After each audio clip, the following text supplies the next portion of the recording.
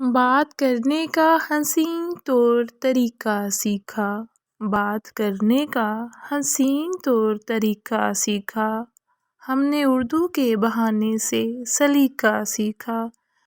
بسم اللہ الرحمن الرحیم۔ پیارے طلباء، السلام علیکم۔ ہمارا آج کا سبق ہے نسو اور سلیم کی گفتگو، جس کے مصنف ہیں ڈپٹی نذیر احمد دہلوی۔ صنفی ادب کے لحاظ سے یہ ناول ہے۔ سبق کی پڑھائی جماعت میں کروا دی گئی تھی۔ آج ہم مشقی سوالات میں سے مختصر سوالات کے جوابات کریں گے۔ بورڈ میں یہ سوال نمبر 4 ہے، جو 10 نمبر کا ہوتا ہے۔ ہر سوال کے 2 نمبر ہوتے ہیں۔ یہ 8 میں سے 5 سوالات کے آپ نے جواب تحریر کرنے ہیں، لہٰذا اس سوال کو آپ نے بہت اچھی طرح تیار کرنا ہے، درست املا کے ساتھ خوش خط لکھنا ہے۔ بڑھتے ہیں پہلے سوال کی طرف۔ بیدارہ نے سلیم کو جگا کر کیا پیغام دیا؟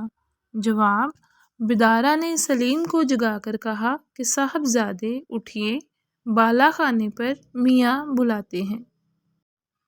سوال نمبر 2، سلیم کی ماں نے سلیم کے ساتھ نسو کے پاس جانے سے کیوں انکار کیا؟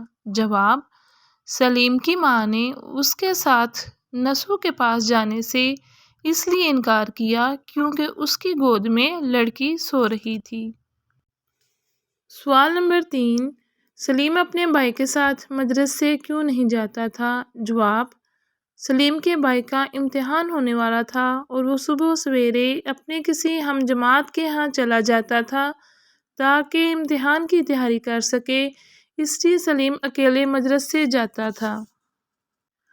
سوال نمبر 4، سلیم نے 4 لڑکوں کی کیا خوبیاں بیان کیں؟ جواب: سلیم نے 4 لڑکوں کی یہ خوبیاں بیان کیں کہ وہ گردن نیچی کیے چلتے ہیں، کوئی بڑا مل جائے تو اسے سلام کرتے ہیں، نہ کبھی کسی سے لڑتے جھگڑتے ہیں، نہ قسم کھاتے ہیں، نہ جھوٹ بولتے ہیں، نہ کسی پر آوازہ کستے ہیں اور نہ کسی کو چھیڑتے ہیں۔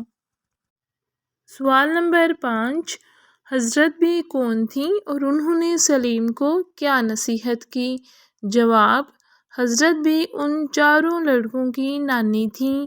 انہوں نے سلیم کو نصیحت کی کہ بھلے مانسوں کا دستور ہے کہ جب کوئی اپنے سے بڑا مل جائے تو اسے سلام کرتے ہیں۔